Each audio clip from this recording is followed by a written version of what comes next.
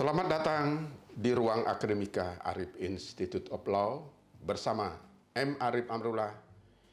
Kali ini kita bincang mengenai perkembangan korporasi sebagai subjek hukum pidana. Hal ini sangat penting kita membicarakan walau dalam salayang pandang mengenai perkembangan korporasi sebagai subjek hukum pidana ini. Karena sampai hari ini beberapa kalangan masih mempertanyakan, apakah korporasi itu sebagai subjek ya? Apakah hanya orang yang dapat dituntut di muka sidang pengadilan? Nah, kali ini kita coba bersama-sama para sahabat akademika untuk mencermati masalah ini. Jadi berbicara mengenai korporasi ya sebagai subjek hukum pidana, pada awalnya itu adalah dalam lapangan hukum perdata. Karena membicarakan mengenai korporasi itu tidak bisa lepas dari sudut pandang hukum perdata.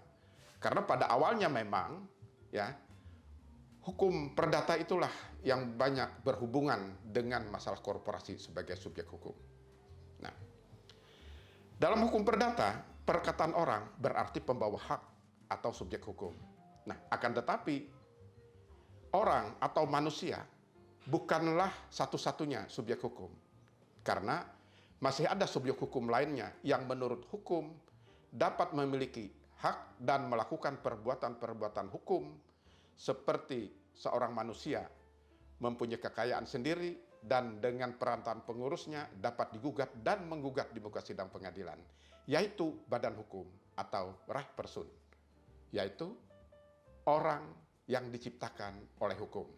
Jadi badan hukum atau sebagai subjek hukum atau korporasi itu bukan yang badaniah seperti kita ya.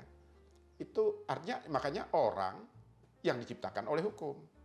Jadi tidak ada orang yang seperti kita manusia alamiah, bukan seperti itu. Nah, itu gambarannya ya. Nah, lalu bagaimana dalam KUHP? Di dalam KUHP sama sekali tidak mengatur mengenai korporasi sebagai subjek hukum pidana.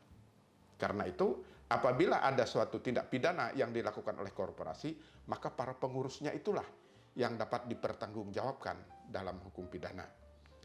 Nah, mengapa demikian? Karena ketika KUHP itu dibuat, pemerintah itu terpengaruh pada pandangan Carl von Savigny, ya, seorang ahli hukum Romawi dari Jerman. Karena menurut Savigny,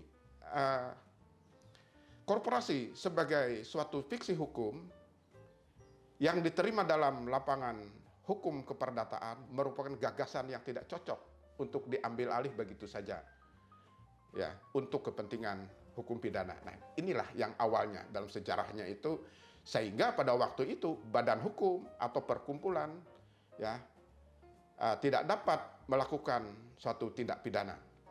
Nah, lalu bagaimana perkembangannya? Nah, ini saya mengambil beberapa contoh di beberapa negara. Misalnya di Belanda. Ya. Di Belanda telah terjadi perkembangan sehubungan dengan ketentuan tentang korporasi sebagai subjek hukum pidana.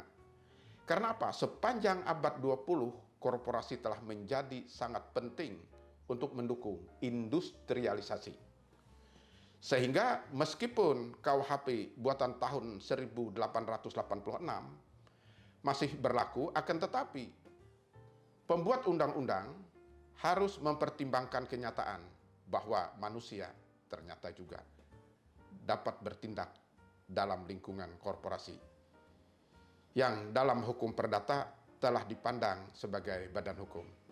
Nah, akhirnya pada tahun 1976, pembentuk undang-undang di Belanda memutuskan untuk merubah pasal 51 KUHP-nya ya dengan undang-undang tanggal 23 Juni tahun 1976, sehingga KUHP Belanda sudah merubah pasal tersebut sehingga korporasi diakui sebagai subjek hukum pidana dalam KUHP Belanda.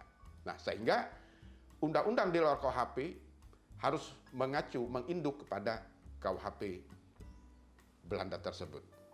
Nah, lalu berikutnya, bagaimana di Inggris? Ini hampir juga sama yang terjadi di Belanda. Cuman di Inggris ini juga adalah berkaitan dengan proses industrialisasi yang begitu pesat, akhirnya juga korporasi diakui sebagai subjek hukum pidana. Jadi memang di Inggris pada awalnya juga tidak menerima korporasi itu sebagai subjek hukum pidana. Nah, itulah tadi. Jadi ada kebutuhan-kebutuhan, di samping itu juga adanya pelanggaran hukum yang dilakukan oleh perusahaan kereta api, inilah semakin menguatkan bahwasanya perlunya juga korporasi dituntut atas suatu tindak pidana. Ya. Nah, lalu di Finlandia sebagai bandingan lagi. Nah, Finlandia ini dengan struktur ekonomi dan hukumnya itu juga mengandung sistem civil law. Ya. Nah, juga terjadi setelah Perang Dunia Kedua. Jadi begitu industrialisasi begitu pesatnya di Finlandia, akhirnya ini menjadi kebutuhan. Jadi perlunya juga korporasi itu diatur, ya, diakui sebagai subjek hukum pidana. Nah, ini secara singkat gambaran-gambaran di beberapa negara tersebut. Lalu bagaimana kalau kita menengok ke negeri kita sendiri? Perkembangan di Indonesia, kendati KUHP ya tidak mengatur korporasi sebagai subjek hukum pidana, akan tetapi di luar KUHP itu hampir sebagian besar peraturan perundang-undangan mengatur korporasi sebagai subjek hukum pidana. Nah, bahkan di dalam rancangan Kitab Undang-Undang Hukum Pidana sudah begitu jelas dan detail mengatur korporasi sebagai subjek hukum pidana. Apa alasannya? Alasan karena di era yang demikian ini, era globalisasi, pelaku-pelaku ekonomi ya tidak lagi terbatas pada manusia, tetapi juga itu dilakukan oleh korporasi. Demikian juga potensi untuk terjadinya kejahatan tidak hanya juga dilakukan oleh manusia, tetapi juga korporasi. Nah, inilah juga yang membuat alasan betapa juga pentingnya korporasi ke depannya juga tetap diakui sebagai subjek hukum pidana. Saya kira demikian perbincangan singkat kita ya mengenai perkembangan korporasi sebagai subjek hukum pidana, dan semoga dapat memberikan manfaat. Namun jangan lupa like dan subscribe. Dan berikutnya dan yang terakhir, jangan lupa semua materi yang saya sampaikan itu ada di dalam buku yang saya tulis ini. Terima kasih, sampai jumpa, wassalam.